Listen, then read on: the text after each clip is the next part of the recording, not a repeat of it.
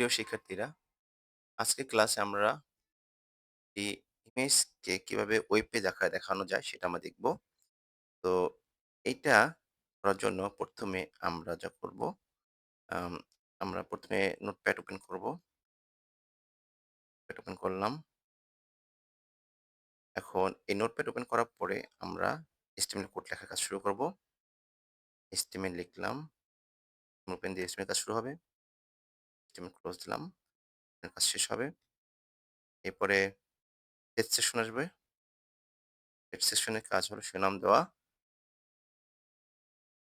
তো আমরা head section open করলাম, হেড সেকশন ক্লোজ করলাম। সেশনের এর কাজ কি? শিরোনাম দেওয়া। শিরোনাম দেওয়ার কোনো ট্যাগ ইউজ করব, টাইটেল লিখলাম, ইমেজ ওয়েব নামে একটা টাইটেল দিলাম,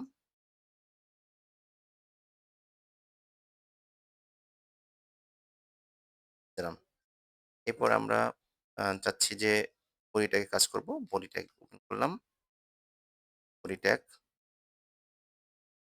ক্লোজ করলাম। বডি ট্যাগের মধ্যে যা লেখা যায় যা লেখা হয় তাই কিন্তু দৃশ্যমান হয় ওয়েব পেজে। তো আমরা বডি ট্যাগের মধ্যে যদি ইমেজকে আনতে পারি তাহলে কিন্তু ইমেজ দৃশ্যমান হবে। তো বডি ট্যাগে ইমেজকে আনার জন্য মূলত আমরা যে ট্যাগ ব্যবহার করব বা ইমেজকে প্রদর্শনের জন্য আমরা যে ট্যাগ ব্যবহার করব তার নাম কি? IMG tag. এই আইএমজি ট্যাগের কাজ হলো ইমেজকে বা যেকোনো ছবিকে ওয়েব পেজ আকারে প্রদর্শন করা। এখন সেই ইমেজ ট্যাগের মধ্যে বিশেষ অ্যাট্রিবিউট রয়েছে, নাম কি তার? সোর্স। সোর্স অ্যাট্রিবিউটের কাজ হলো কি? আ ছবিকে আ নিয়ে আসা কোথায়? HTML কোডে। তো আমাদের একটা ছবিকে আমরা HTML কোডে নিয়ে আসি। যেমন আমাদের এখানে কম্পিউটার ডেস্কটপে টপোলজি নামে একটা ছবি রয়েছে। ছবিটা দেখি দেখতে কেমন?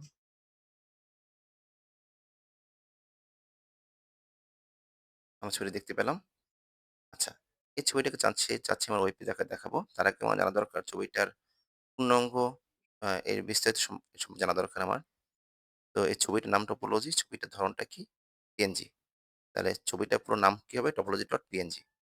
তাহলে আমরা ছবিটার নামটা নিই। কিভাবে নিবো? আমরা এখানে rename অপশনে ক্লিক করলাম।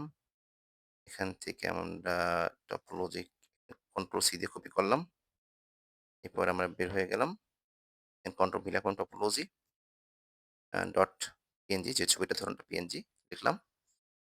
এখন তাহলে ছবির কাজ, ছবি কিন্তু আমরা আ ইমেজটাকে নিয়ে এসেছি। এখন ছবিটাকে ওই পেজ আকারে দেখা যায় কিনা আমরা দেখি। আমরা কন্ট্রোল দিয়ে সেভ করলাম। সেভ কি হয়েছে? হয়নি। আমরা ডেস্কটপে গেলাম। ডেস্কটপে গিয়ে ছবির নামটা দিলাম। ওই পেজের নাম দিলাম, মনে করো ইমেজ। ছবির ওই পেজের যেটা ওয়েব পেজ বানাতে চাচ্ছি তার নাম দিলাম ইমেজ। আর ছবির ধরনটা কি? ওই পেজটার ধরনটা কি? সরি, ছবির নামটা হলো ইমেজ। আর এই যে আমি ফাইল তৈরি করলাম তার ধরনটা কি? HTML। ডট HTML নামে আমি ডেস্কটপে সেভ করলাম। দেখি আমার ডেস্কটপে image.html নামে কোনো ওয়েব পেজ তৈরি হয়েছে কিনা। আমি দেখতে পেয়েছি image.html নামে একটা ওয়েব পেজ তৈরি হয়ে গেছে। ক্লিক করি।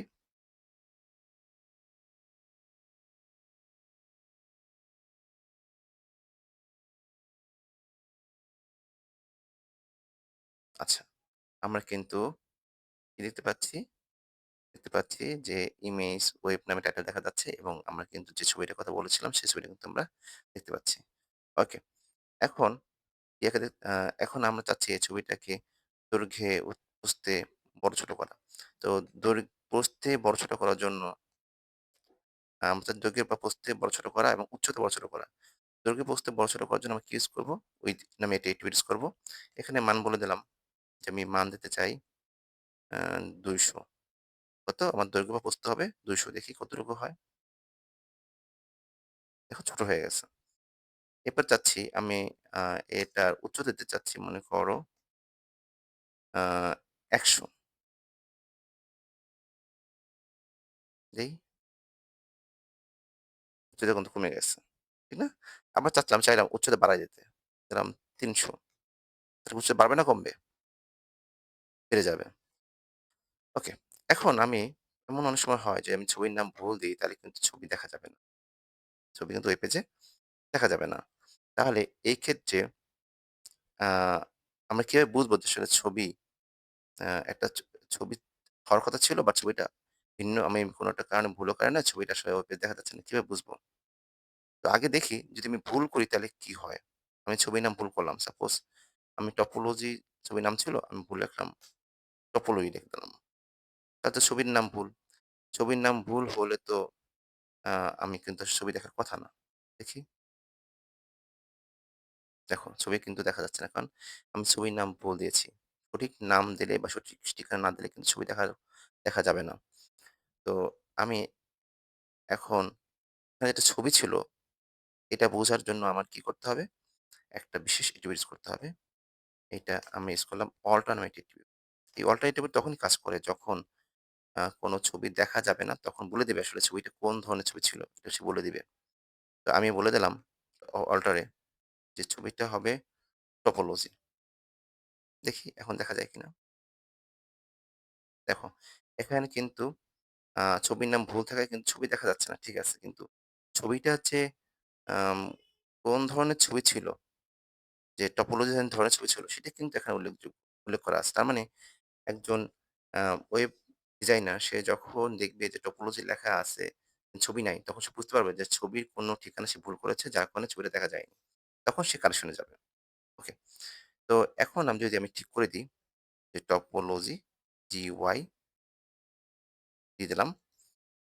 এখন কি হয়? এখন দেখা যাবে কিন্তু আসলে টপোলজি আমি যখন ছবির সঠিক নাম লিখব এবং সঠিক ঠিকানা দিব, তখন কিন্তু আমার এই অল্টার এট্রিবিউট কিন্তু আর কাজ করবে না।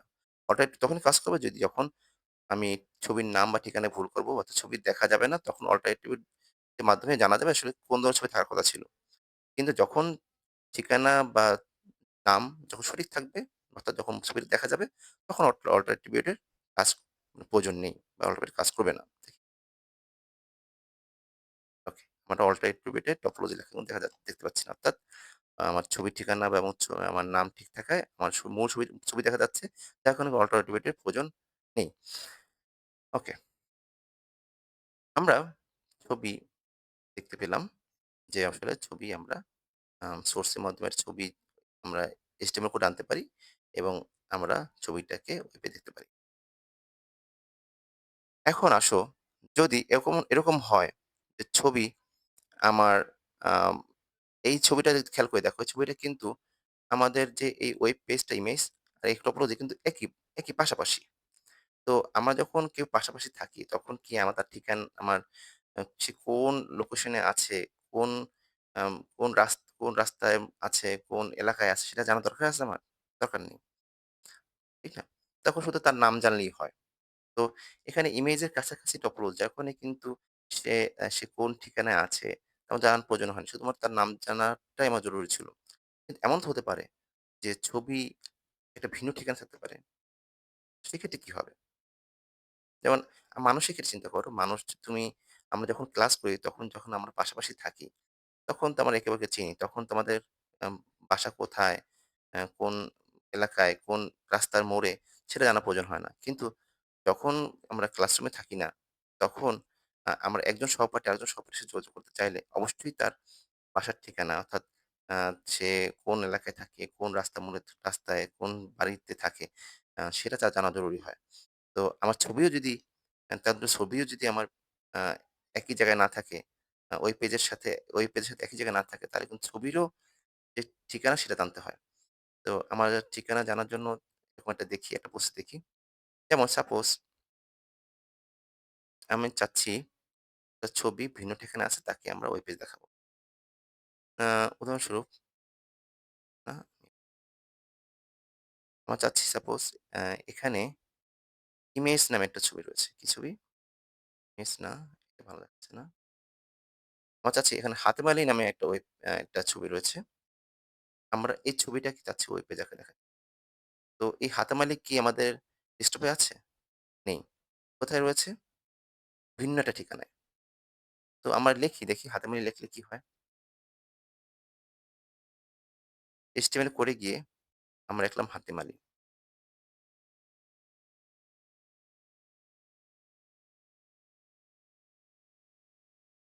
আচ্ছা, ছবির ধরণটা কি ছিল দেখে আসি। হাতেম আলী আর এটা আমরা মূল প্রপার্টিস এ যাই। এই হাতেমারি নাম ছিল আর ছবির ধরন ছিল জেপিজি। তাহলে এখানে হবে কি? Hatem Ali dot JPG. দেখি ছবি দেখা যায় কিনা? ছবি কিন্তু দেখা যায় কিনা দেখি। ও ছবি কিন্তু দেখা যাচ্ছে না। তার মানে আমি ছবির নাম ঠিক দিলেও তার ঠিকানা ঠিক নাই। যার কারণে কিন্তু ছবি দেখা যাচ্ছে না। এখন কি করতে পারি? ছবির ঠিকানা জানতে হবে। ছবিটা কোন ঠিকানায় আছে? ছবিটা আছে মূলত জি ক্লোন ব্যাকস্ল্যাশ নামে অর্থাৎ জি ড্রাইভের নামে একটা ঠিকানায় আছে। জি ড্রাইভে গিয়ে এই ছবিটা আছে। সুতরাং আমার ছবির ঠিকানা হবে কোথায়? জি ড্রাইভ হবে তার ঠিকানা। জি ড্রাইভে athapali.jpg নামে ছবিটা রয়েছে। তাহলে আমরা ঠিকানা পেয়ে গেছি। এখন দেখি ছবি দেখা যায় কিনা।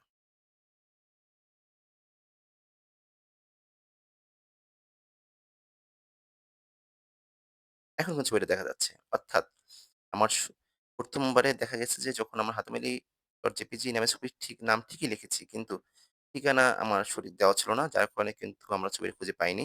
অর্থাৎ ছবি ওই পেজে দেখা যায়নি। পরবর্তী আমরা কি করলাম? যে হাতেমালি মূলত ছিল জি ড্রাইভে। আমরা সেই জি ড্রাইভের নাম দিয়েছি। অ্যা এরপরে যখন আমরা এটাকে ওয়েব পেজে আকারে দেখিয়েছি, তখন কিন্তু আসলে ওয়েব পেজে আকারে দেখা যাচ্ছে। তো আজকে এ পর্যন্তই। সবাইকে ধন্যবাদ।